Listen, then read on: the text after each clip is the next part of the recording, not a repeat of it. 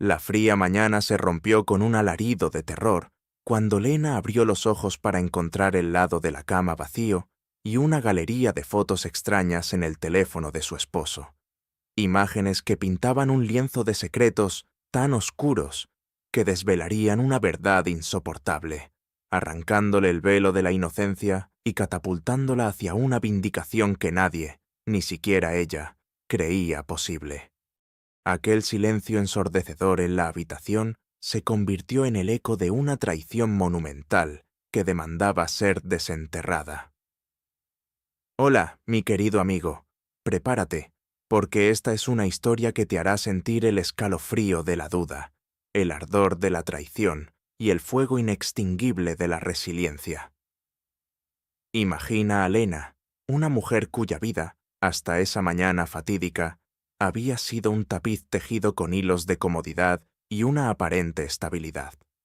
Era el tipo de mujer que se definía por el brillo de su hogar, la calidez de su cocina y la sonrisa de su esposo, Ricardo. Vestía ropa elegante pero discreta, comprada con la tarjeta de crédito de Ricardo, siempre impecable, como si la pulcritud de su apariencia pudiera compensar la creciente sensación de vacío que a veces la asaltaba. Sus manos, esas manos que ahora sentían el frío ausente del lado de la cama, eran suaves, bien cuidadas, sin las marcas del trabajo pesado.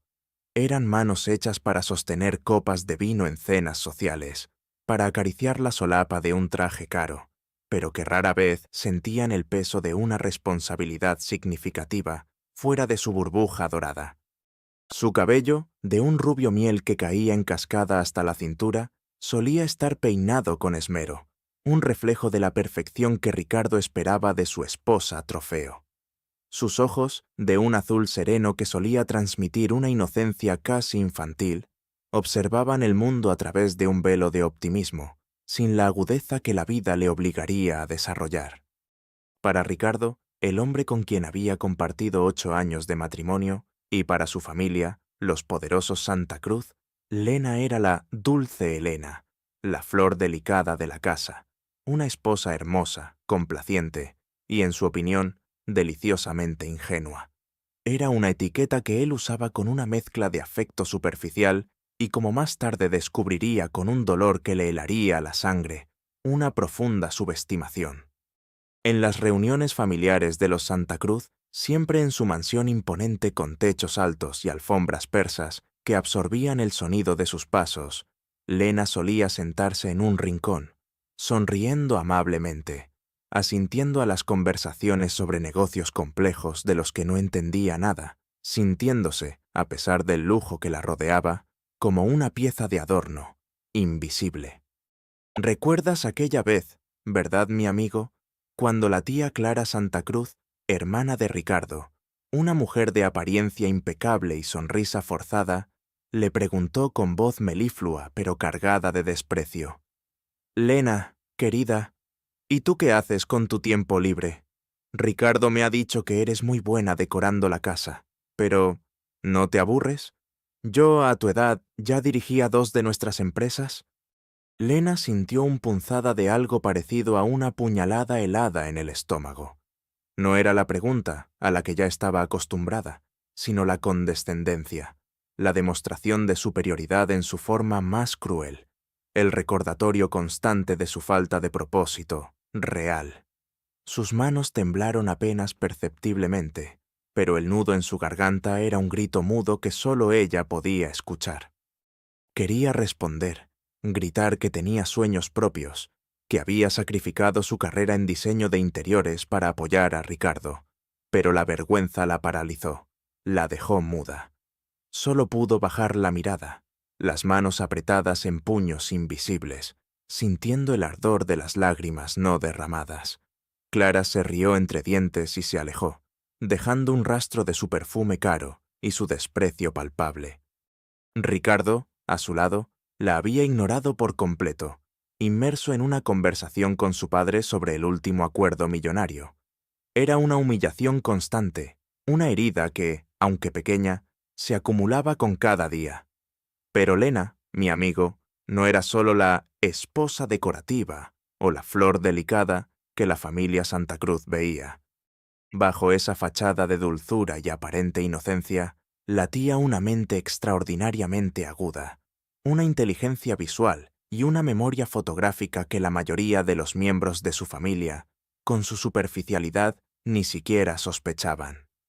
Había heredado de su madre, una fotógrafa de investigación, una profunda curiosidad por los detalles, por los patrones ocultos en las imágenes, por las historias no contadas que se escondían bajo la superficie de la vida cotidiana. Era una observadora nata, una solucionadora de rompecabezas visuales. Su pasión secreta era la fotografía, no la artística, sino la de archivo, la que documenta, la que revela. Tenía una habilidad innata para notar pequeñas inconsistencias, para detectar un detalle fuera de lugar en una fotografía, una capacidad que antes solo había usado para organizar álbumes familiares o detectar el intruso en una foto de stock. Era una detective sin casos, una historiadora visual sin documentos, un talento latente que dormía bajo el velo de su vida de esposa. Y así fue, mi amigo, una mañana cualquiera, en el silencio opulento de la gran mansión Santa Cruz. Lena despertó. El lado de la cama de Ricardo estaba vacío, frío. No era inusual. Él viajaba a menudo o salía temprano para reuniones. Pero esta vez, algo era diferente. Una sensación de desasosiego le oprimió el pecho. Al buscar su propio teléfono en la mesita de noche, sus dedos tropezaron con el de Ricardo, que vibraba sobre la madera. Un mensaje entrante, de un número desconocido, con un adjunto. La curiosidad, una chispa que raras veces se le permitía encender en su vida, la impulsó a desbloquearlo. Ricardo nunca era descuidado con sus cosas. Lo que encontró en la galería de su teléfono no fue un mensaje de amor o un correo de negocios. Era una serie de fotos extrañas, desordenadas, sin contexto. No eran selfies ni paisajes. Eran imágenes borrosas, tomadas con prisa, de documentos antiguos, de un mapa enredado, de un candelabro oxidado en un lugar desconocido, de un rostro sombrío que le resultaba vagamente familiar, una sombra en un callejón oscuro y un número de cuenta bancaria garabateado en una servilleta. Su pulso se aceleró. Al principio pensó que era una broma, o tal vez un error. Pero algo, una intuición profunda, un susurro ancestral en su alma, le dijo que no era así. La señora Elara, su madre, solía decir que algunas cosas se sienten en las tripas. Aquello, definitivamente, se sentía en las tripas. La imagen del candelabro, extrañamente familiar, no se iba. La forma en que sus brazos se retorcían, los pequeños detalles de óxido, le recordaban a algo que no podía identificar, pero que resonaba en su memoria de una manera inquietante. Se sintió como si estuviera a punto de desentrañar un enigma largamente dormido, un secreto que el universo, en su infinita y caprichosa sabiduría, había decidido finalmente poner en su camino.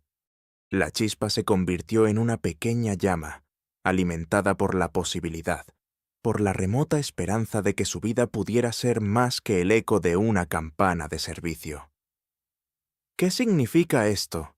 ¿Por qué Ricardo tendría estas fotos? Se preguntó a sí misma en un murmullo, mientras sus dedos temblorosos pasaban de una imagen a otra. Su mente, acostumbrada a desentrañar patrones visuales y a memorizar complejas secuencias de imágenes, comenzó a procesar la información de forma instintiva.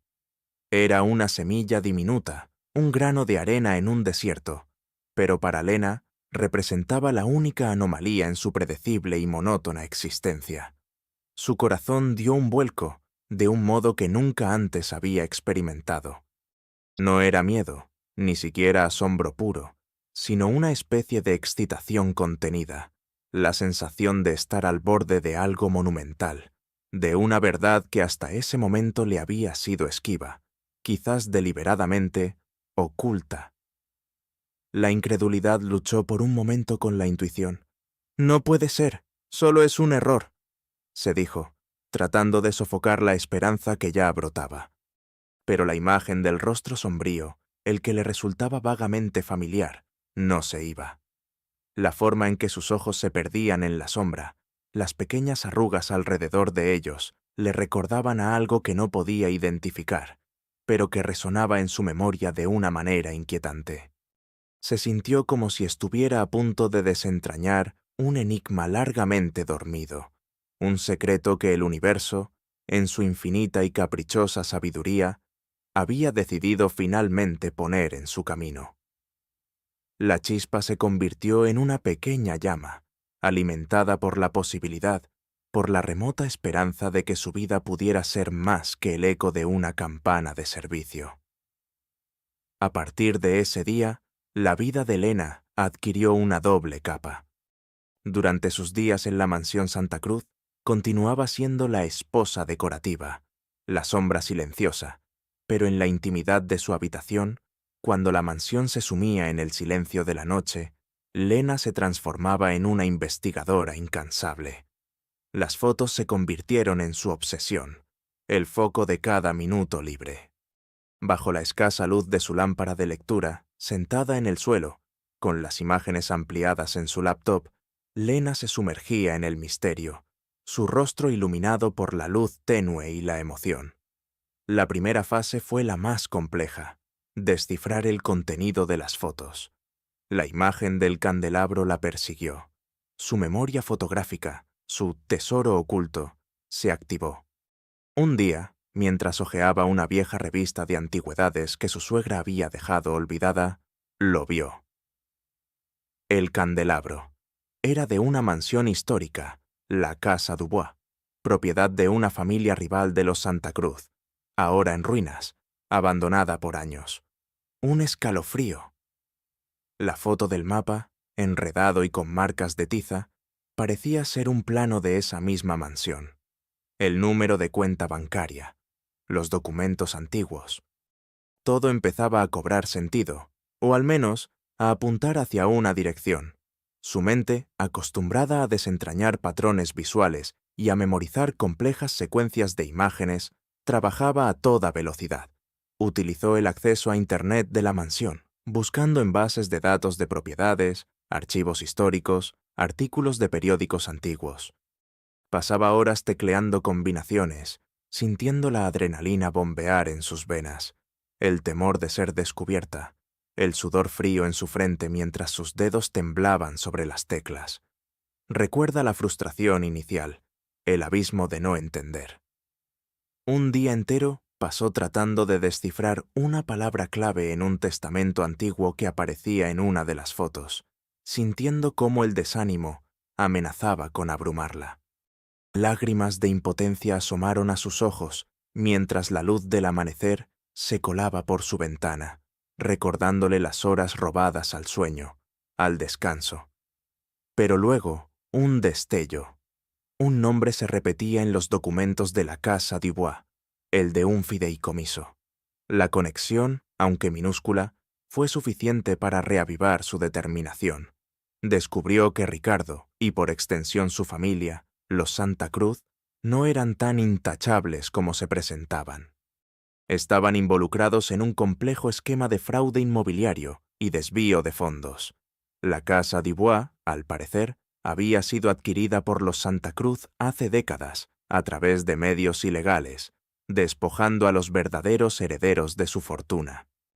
Las fotos de Ricardo eran pruebas de que él mismo estaba planeando un nuevo golpe, una operación final para liquidar los activos restantes de la familia Dubois, ahora que los últimos herederos legítimos habían fallecido. Lo más impactante, sin embargo, fue el rostro sombrío en la foto del callejón.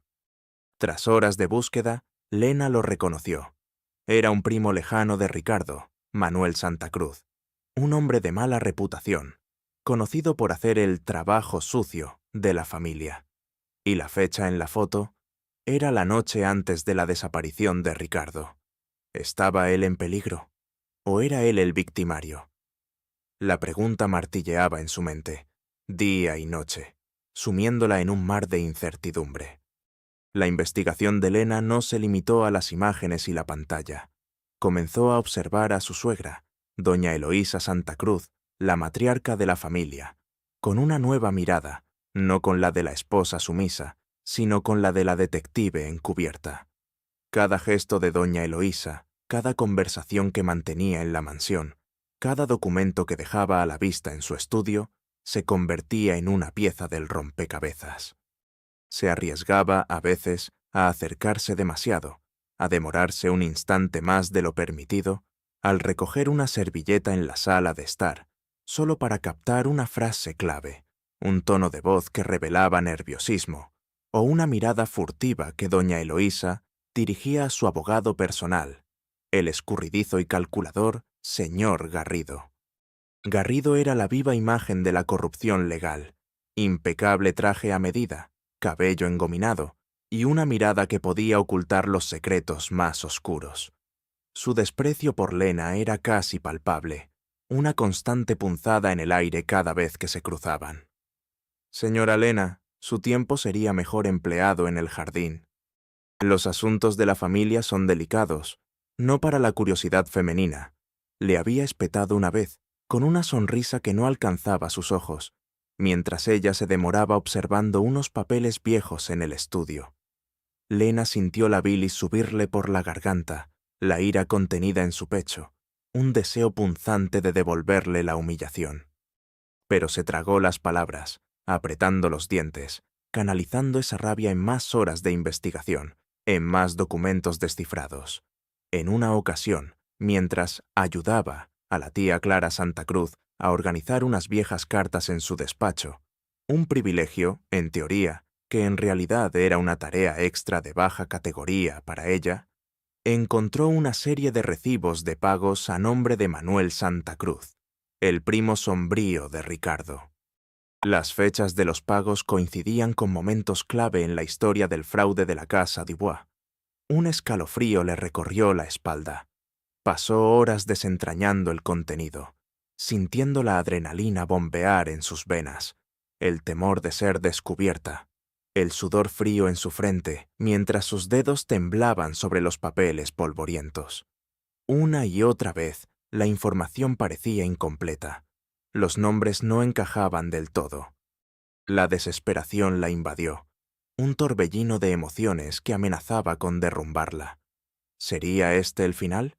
¿Sería este el límite de su ingenio? Una punzada de dolor le recordó la traición de Ricardo, la aparente estabilidad que había sido una farsa y la necesidad de no rendirse. Pensó en las fotos, en los pequeños detalles que había aprendido a notar. ¿Y si los pagos eran por trabajos no tan legales? Con una determinación renovada, buscó en los archivos con el nombre de Manuel Santa Cruz y encontró informes policiales antiguos, de casos menores, pero que involucraban extorsión y amenazas. El sonido de un viejo cajón secreto al abrirse dentro de un escritorio antiguo fue como una sinfonía, un coro de ángeles en medio de la noche. Dentro de ese cajón, Lena encontró un pequeño disco duro, externo, oculto. En él no solo había más fotos y documentos incriminatorios sobre el fraude de la Casa Dubois, sino también grabaciones de audio, conversaciones entre Ricardo, doña Eloísa, Clara y el señor Garrido, donde planeaban la liquidación final de la Casa Dubois y cómo silenciar cualquier oposición. Pero lo más escalofriante fueron las últimas grabaciones. Ricardo discutiendo acaloradamente con Manuel Santa Cruz sobre una parte del botín, Manuel exigiendo más dinero y amenazando con revelar todo. Y la última grabación, un sonido abrupto, un grito ahogado y luego silencio. Era la prueba de que Ricardo no había desaparecido, sino que había sido silenciado, probablemente por su propio primo, por órdenes de la familia. Un shock recorrió cada fibra de su ser. Un frío helado le caló los huesos, seguido de una oleada de calor que le hizo arder las mejillas. Su respiración se volvió errática, entrecortada. El hombre al que había amado, con quien había compartido su vida, no solo era un estafador, sino que había sido traicionado y posiblemente asesinado por su propia sangre. La rabia, el dolor, la incredulidad se mezclaron en un torbellino de emociones. Su garganta se cerró, impidiéndole respirar con normalidad. Los ojos se le humedecieron, pero no eran lágrimas de tristeza, sino de una furia helada, de una determinación férrea. No, susurró para sí misma, con la voz apenas audible. Esto no quedará así. No, jamás. La incredulidad se había transformado en una verdad innegable, pesada y liberadora a la vez. El descubrimiento de la verdad sobre Ricardo y la implicación directa de su propia familia política no solo amplió la investigación de Elena, sino que también la impulsó a buscar apoyo. Sabía que no podía enfrentarse sola a un imperio Santa Cruz tan poderoso y peligroso. Necesitaba aliados, personas de confianza que creyeran en ella y en su historia, arriesgando sus propias vidas. La primera persona a la que se atrevió a acercarse fue precisamente su madre, Elara. La decisión no fue fácil. ¿Cómo contarle a su madre, que había inculcado en ella los valores de la honestidad y la transparencia, que su yerno y su familia eran criminales? Pero la confianza en su madre, su brújula moral, era inquebrantable.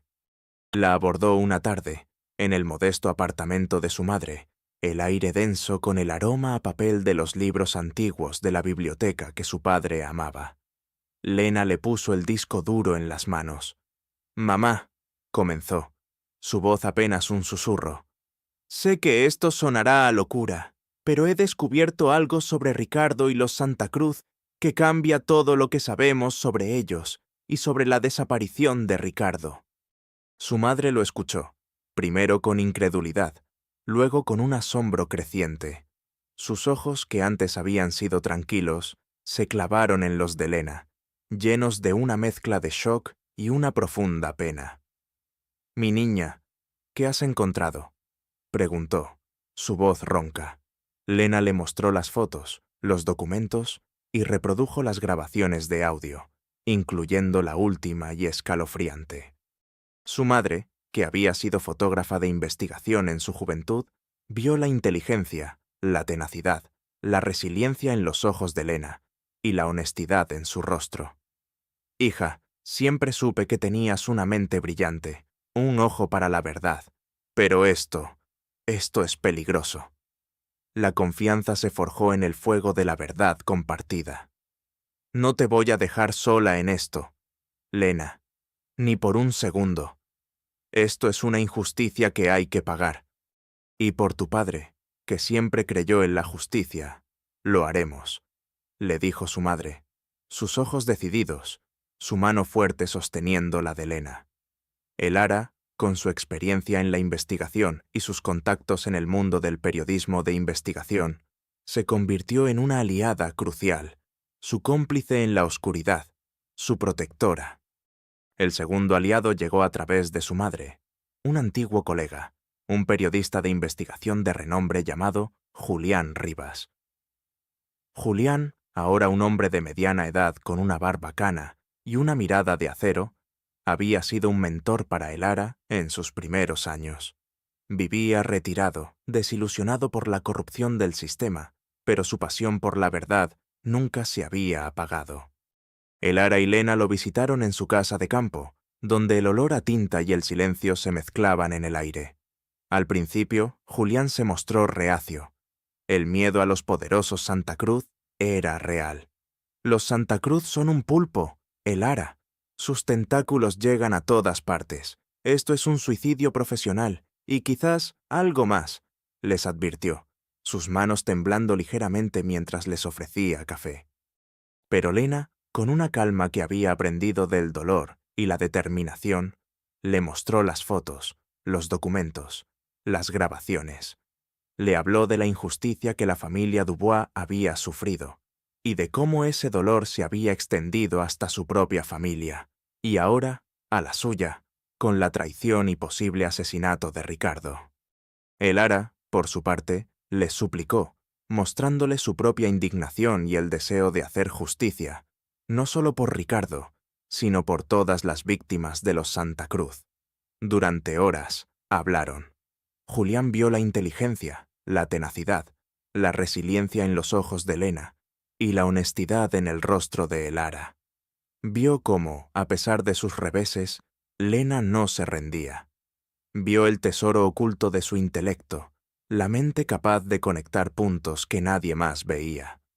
Julián, que había sido testigo de la crueldad de los Santa Cruz en otros casos que no había podido probar, sintió que este era el momento que había esperado. Siempre supe que la verdad saldría a la luz sobre esos Santa Cruz, y lo haré, por la justicia y por mi viejo amigo Ricardo, dijo Julián, sus ojos llenos de lágrimas contenidas. Aportó contactos en la policía, en la fiscalía, y su vasto conocimiento de cómo operar en las sombras para desenmascarar a los poderosos. Se convirtió en un pilar emocional y una fuente de información invaluable. Su conocimiento de los entresijos del mundo criminal y legal era un arma potente. La tensión se hizo palpable. Doña Eloísa Santa Cruz, una mujer habituada al control absoluto y a los secretos bien guardados, empezó a sentir que algo se movía en las sombras. La dulce Lena, que antes era una figura casi invisible en la mansión, ahora tenía una extraña confianza en su andar, una luz diferente en sus ojos. Había dejado de responder con sumisión a los comentarios despectivos de doña Eloísa, respondiendo con miradas serenas que inquietaban a la matriarca. Rumores extraños empezaron a llegar a sus oídos. Lena siendo vista con su madre y un periodista de investigación, susurros de documentos perdidos, e incluso la extraña inactividad de su primo Manuel. La paranoia de doña Eloísa crecía como una mala hierba, y sus ojos, antes tan seguros, ahora buscaban culpables en cada rincón. ¿Qué andas tramando, Elena? Pareces una detective de cuarta con tus preguntas. Recuerda tu lugar. La desaparición de Ricardo no te incumbe. La familia se encarga de sus asuntos, le espetó una mañana, con voz ronca de furia apenas contenida, cuando Lena, sin darse cuenta, se quedó un instante más observando unas fotos antiguas de la casa Dubois en el gran salón. La piel de Lena se erizó. Un escalofrío de miedo le recorrió la espalda. Solo admiraba la historia, doña Eloísa. Un interés que, al parecer, comparto con mi esposo desaparecido, respondió, con la voz tranquila pero con una firmeza que no había usado antes. Su corazón martilleaba en su pecho, un tambor desbocado. Pero, en lo más profundo de su ser, una pequeña voz le dijo: «No te acobardes ahora, estás cerca». La mirada de doña Eloísa, cargada de sospecha y desprecio, era un anticipo del huracán que se avecinaba. La tía Clara Santa Cruz, la hermana de Ricardo, también intensificó su hostigamiento. Un día, mientras Lena salía del estudio de Ricardo, Clara se acercó, su perfume caro y dulzón llenando el pequeño cuarto. «Escucha, Lena», dijo, su voz baja y gélida, pero con un filo de amenaza que la cortaba. «He notado que últimamente te interesas demasiado por los asuntos de mi hermano. Te recuerdo que tu posición aquí es precaria. Si sigues husmeando donde no te llaman, te prometo que lamentarás cada respiro que has tomado en esta mansión. Nadie se mete con los Santa Cruz y sale ileso». Clara, con una sonrisa de lobo, le dio una palmada en el hombro que contenía un empujón sutil, casi imperceptible, que hizo que Lena tambaleara. El dolor físico fue menor que el ardor de la humillación, la rabia que bullía en su interior. «Entendido, Clara», respondió Lena. Su voz temblaba levemente, pero sus ojos azules se encontraron con los de Clara con una firmeza inesperada. Había una chispa de desafío, un fuego que Clara no esperaba ver en los ojos de la dulce Elena. Clara sintió un escalofrío. Esa no era la Lena que conocía. Algo había cambiado. «Recuerda lo que te digo», gruñó Clara, su expresión endureciéndose, y se marchó. Lena se quedó allí, con el corazón acelerado y el cuerpo tenso, no solo por el empujón, sino por la injusticia. Sus puños se apretaron. «No me detendrán», se dijo a sí misma. «No ahora que estoy tan cerca. Cada interacción con ellos, cada mirada despectiva, cada amenaza velada, no la acobardaba, sino que avivaba la llama de su determinación. Sentía el miedo, sí, un miedo visceral que le secaba la boca y le hacía sudar las palmas de las manos. Pero ese miedo era eclipsado por una ira justa, por la verdad oculta sobre Ricardo, por el legado de injusticia que pesaba sobre la familia Dubois y por su propia dignidad. Que intenten detenerme, pensó, con una resolución inquebrantable. No tienen idea de con quién están lidiando. El momento de la verdad se acercaba, y Lena lo sentía en cada latido de su corazón, en cada fibra de su ser. Y entonces llegó la noche de la gran gala anual del Consorcio Inmobiliario Santa Cruz, un evento benéfico y empresarial donde doña Eloísa anunciaría públicamente la adquisición final de la Casa Dubois y la consolidación de su imperio. El evento se celebraba en el gran salón de la mansión Santa Cruz, el mismo lugar donde Lena había vivido su vida de oro y mentiras. El aire vibraba con el murmullo de voces, el tintineo de copas y el resplandor de miles de diamantes. La flor innata de la sociedad se había congregado, vestida de gala, para rendir homenaje a doña Eloísa y su legado de prosperidad. Lena, vestida con un sencillo pero elegante vestido negro, se movía entre la multitud con su madre Elara y Julián Rivas a su lado, su corazón latiéndole con una mezcla de pánico y euforia. Un equipo de policía discreto, alertado por Julián, estaba infiltrado entre los invitados. El ambiente era de celebración, de opulencia descarada. Doña Eloísa, de pie en el estrado principal, con su hija Clara y el señor Garrido a su lado, irradiaba confianza, su sonrisa tan pulcra como su traje de diseñador.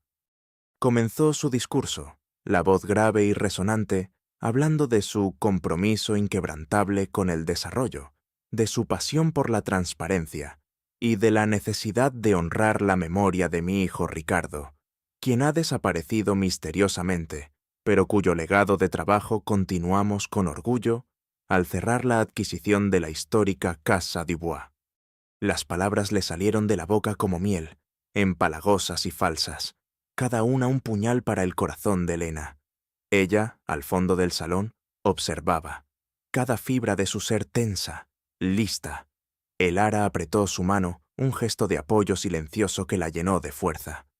De repente, justo cuando doña Eloísa se disponía a firmar los documentos finales de adquisición de la Casa Dubois, en una mesa elegantemente dispuesta en el estrado, con una sonrisa de suficiencia que indicaba su victoria total, las luces del gran salón, que antes brillaban con una intensidad deslumbrante, parpadearon y se apagaron por completo, sumiendo el vasto espacio en una penumbra inquietante.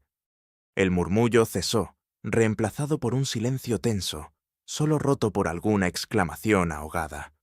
Un foco de luz, que Julián había preparado meticulosamente con la ayuda de su equipo, se encendió, apuntando directamente al estrado. Pero no a doña Eloísa. Se posó en un proyector oculto que Lena y Julián habían instalado discretamente horas antes. La imagen que apareció en la pantalla gigante detrás del estrado no era el logo del Consorcio Santa Cruz, sino una foto ampliada de Ricardo discutiendo con Manuel Santa Cruz en el callejón, junto a la palabra verdad en letras rojas y mayúsculas. La reacción fue instantánea. Doña Eloísa se quedó paralizada. Su rostro, iluminado por la luz tenue del proyector, se tornó pálido, casi cerúleo. Clara, a su lado, lanzó un jadeo ahogado. Sus ojos, antes tan petulantes, ahora desorbitados por el horror. El señor Garrido, a pesar de su compostura habitual, palideció notablemente. Su boca se abrió ligeramente en señal de sorpresa. Los invitados comenzaron a murmurar. El silencio se rompió por un coro creciente de preguntas, de asombro. Lena, con una autoridad que nunca había poseído, activó el micrófono principal que Julián había conectado discretamente. Su voz, clara y firme, resonó por el salón, amplificada, con una cadencia que nadie esperaba de la esposa silenciosa. «Buenas noches, distinguidos invitados. comenzó Lena, cada palabra una nota precisa en la sinfonía de su vindicación. Su voz no temblaba, no había rastro de la novia humillada, sino la de una mujer que había encontrado su poder. Doña Eloísa ha hablado de legado y transparencia. Permítanme que les muestre lo que eso realmente significa. En la pantalla gigante, las fotos extrañas de Ricardo comenzaron a pasar, una tras otra, no solo como imágenes estáticas, sino con detalles cruciales resaltados, acompañadas de documentos financieros manipulados, registros de propiedad ilegales de la Casa Dubois y grabaciones de audio donde doña Eloísa, Clara, Garrido y Manuel planeaban el fraude. La sala se llenó de un murmullo de incredulidad, luego de indignación. Las caras de los invitados, antes sonrientes y despreocupadas, se contorsionaban en muecas de asombro y desconfianza. Doña Eloísa, recuperándose del shock inicial, intentó reaccionar. «Esto es un ataque, una falsificación vulgar. ¡Seguridad! ¡Saquen a esta mentirosa!», gritó, su voz ahogada por la rabia, su rostro enrojecido, las venas de su cuello hinchadas. Señalaba a Lena, que ahora había avanzado hacia el centro del salón, su figura pequeña pero imponente bajo el foco de luz, con Elara y Julián firmemente a su lado. Sus ojos, antes llenos de desprecio, ahora reflejaban una desesperación creciente, una bestia acorralada. Sus manos temblaban visiblemente, no de ira, sino de puro pánico. Clara, por su parte, intentó acercarse al proyector para apagarlo, pero el equipo de Julián la contuvo, bloqueando su camino con una mirada férrea. El señor Garrido, con la cara descompuesta, intentaba balbucear excusas al oído de doña Eloísa, pero su voz no salía. La gente comenzó a gritar, exigiendo explicaciones. El caos empezaba a apoderarse del ambiente festivo. Lena, impávida, continuó. «Las pruebas que ven aquí no son falsas, doña Eloísa. Son la historia de cómo la Casa Dubois fue robada, de cómo mi esposo Ricardo se vio envuelto en sus fraudes, y de cómo, al intentar obtener una mayor parte del botín, fue silenciado por sus propias manos, las de su primo, Manuel Santa Cruz». En la pantalla se reprodujo la grabación final, el grito ahogado de Ricardo y la voz de Manuel. Las luces de la sala volvieron a encenderse abruptamente, revelando a Manuel Santa Cruz, que había estado infiltrado en el público, intentando escabullirse por una de las puertas laterales. Varios agentes de policía, actuando en un despliegue coordinado por Julián, lo inmovilizaron al instante. El salón estalló. Gritos de «asesinato», «fraude», «justicia» resonaron por todo el espacio. La dinámica de poder se invirtió en un instante, de forma brutal y rotunda. Doña Eloísa, la gran matriarca, se encogió sobre el estrado, su rostro una máscara de horror, su figura antes imponente, ahora reducida a la de una mujer humillada, expuesta. Clara, a su lado, estaba pálida, con los ojos llenos de lágrimas de shock y terror. El señor Garrido intentó huir, pero también fue interceptado por la policía.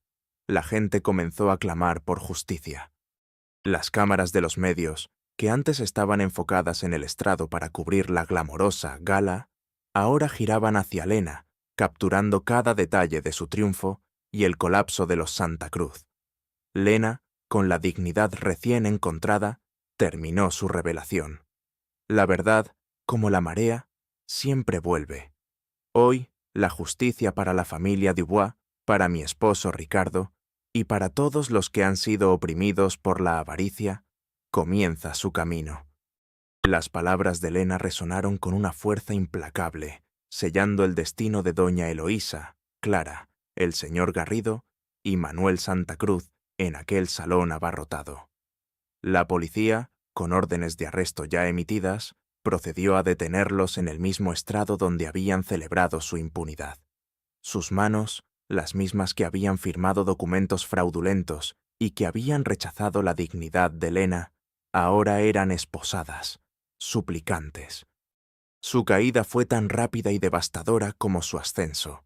La noticia del escándalo Santa Cruz se extendió como un reguero de pólvora, no solo por la ciudad, sino a nivel nacional e internacional. Los periódicos, liderados por Julián Rivas, publicaron titulares en primera plana. El impero Santa Cruz cae, fraude y homicidio al descubierto. La esposa silenciosa que desveló una conspiración familiar. La desaparición del magnate, una verdad escalofriante. Los juicios fueron largos y mediáticos. Las pruebas de Elena, las fotos, los documentos, las grabaciones, los testimonios de Elara, Julián y otros testigos anónimos que se atrevieron a hablar fueron irrefutables. Doña Eloísa, Clara, el señor Garrido y Manuel Santa Cruz fueron declarados culpables de fraude masivo, malversación de fondos y conspiración, con Manuel enfrentando cargos de homicidio. Sus condenas fueron severas, años de prisión y la confiscación de gran parte de sus propiedades para compensar a las víctimas, incluyendo la familia Dubois, y restaurar la fortuna que había sido robada. Su descenso fue brutal y público. Las noticias detallaban cómo fueron despojados de sus mansiones, sus empresas desmanteladas, sus cuentas congeladas. Se les vio en imágenes, demacrados, con el traje de presidiario, sus ojos, antes llenos de arrogancia, ahora vacíos y hundidos. Los mismos círculos de poder que antes los adulaban, ahora los repudiaban con vehemencia, temerosos de manchar su propia reputación. Doña Eloísa, que había vivido rodeada de lujos, ahora enfrentaba la cruda realidad de la prisión. Su rostro, antes tan cuidado, ahora descompuesto por el pánico y la desesperación. Clara, que había soñado con un futuro de poder, se vio obligada a trabajar en labores manuales dentro de la prisión, su soberbia aplastada por la monotonía y la dura realidad. El señor Garrido, el abogado sin escrúpulos, fue despojado de su licencia y enfrentó la bancarrota. La imagen de todos ellos, antaño intocables, ahora despojados de todo, fue transmitida una y otra vez por los noticieros. Sus redes de apoyo se desmoronaron. Sus amigos de la alta sociedad los abandonaron al instante. Las que antes habían sido sonrisas complacientes se tornaron en ceños fruncidos, y los susurros de admiración se convirtieron en cuchicheos de desprecio. La caída de los Santa Cruz fue un espectáculo público de degradación, una lección visceral de que la justicia, aunque lenta, a veces llega con una fuerza implacable. Mientras los Santa Cruz se hundían, la vida de Elena, como el fénix de su legado, ascendía de las cenizas. No solo se convirtió en una figura clave en la restauración de la fortuna Dubois y en una defensora de la justicia, sino que su historia de valentía, inteligencia y resiliencia la convirtió en una figura inspiradora global. La primera prioridad de Elena fue honrar la memoria de Ricardo, aunque su corazón se partía al recordar la verdad de su vida, y asegurar la restitución a la familia Dubois. Estableció una fundación en nombre de la familia Dubois, dedicada a la preservación histórica y al apoyo de comunidades vulnerables. Su madre, Elara, se convirtió en una asesora clave de la fundación, y su padre, al ver a Elena transformar el dolor en propósito, recuperó su alegría y su pasión por la vida. Lena no se limitó a disfrutar de su nueva posición.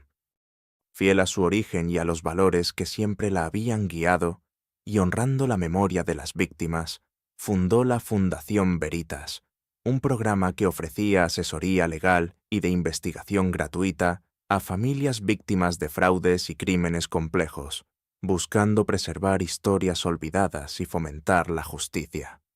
Se convirtió en la presidenta de la fundación, liderando con una visión y una compasión que contrastaban drásticamente con la avaricia de su antigua familia política. Su antigua modestia se transformó en una elegancia natural. Su cabello ahora caía en ondas suaves, y sus manos, aunque aún reflejaban la historia de la investigación, lucían cuidadas, con un brillo que antes no tenían. Su oficina, en el piso más alto de un rascacielos que antes pertenecía a los Santa Cruz, con vistas a la ciudad, era un espacio de luz y claridad, muy diferente a los rincones oscuros donde solía esconderse para investigar. Julián Rivas, ahora un amigo y mentor de confianza, se convirtió en su director de comunicaciones, llevando las historias de justicia a cada rincón. Los reencuentros fueron inevitables y, a menudo, catárticos. Una tarde, mientras salía de un evento de su fundación, se encontró de frente con una antigua amiga de la tía Clara, la señora Valdés, una mujer que siempre la había mirado por encima del hombro. La señora Valdés la reconoció al instante, aunque Elena ahora llevaba un impecable vestido de seda y una sonrisa segura. Sus ojos se abrieron de par en par y un rubor de vergüenza le subió al rostro. «Oh, querida Elena, qué honor». «Permítame», balbuceó, extendiendo una mano que Elena apenas tocó, con una cortesía distante. Lena le dedicó una sonrisa serena. «No se preocupe, señora Valdés. Ya no busco la aprobación. Ahora busco la verdad». La vergüenza en el rostro de la mujer fue una vindicación silenciosa y profunda. Y luego estaba Julián Rivas. Él se convirtió en un pilar fundamental de la Fundación Veritas. Cuando Lena lo visitó en su nueva oficina, llena de libros de investigación y mapas de casos, sus ojos se llenaron de orgullo. «Mi querida Lena, lo lograste. La justicia, por fin, respira libre», dijo, con la voz entrecortada. Lena lo abrazó con genuino afecto, una sonrisa cálida que llegaba a sus ojos azules. «Y usted, Julián, fue la primera luz en mi oscuridad. Nunca lo olvidaré». La expresión de admiración y orgullo en el rostro del veterano periodista fue un eco del aprecio que Lena sentía por quienes siempre habían visto su valía, incluso cuando ella misma no la percibía. La historia de Lena se convirtió en un faro de esperanza, un recordatorio viviente de que la dignidad humana no se mide por la riqueza o el estatus, sino por la integridad y la fortaleza del espíritu.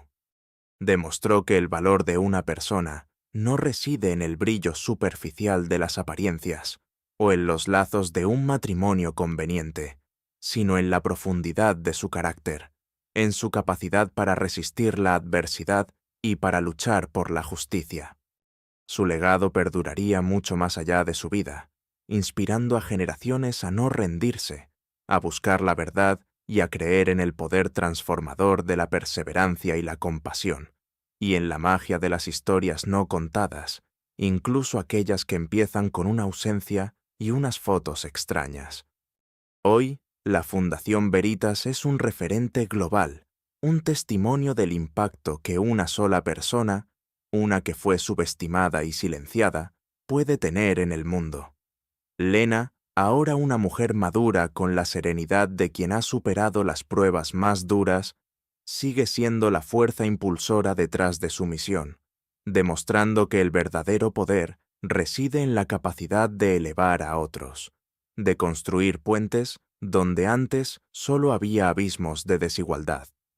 Y así, mi querido amigo, esta historia sin filtros se cierra, dejándonos la inspiradora verdad de que el camino más difícil es, a menudo, el que nos lleva a las mayores recompensas, y que un simple teléfono olvidado puede ser el hilo que desvela una vida entera de mentiras y el inicio de una vindicación gloriosa.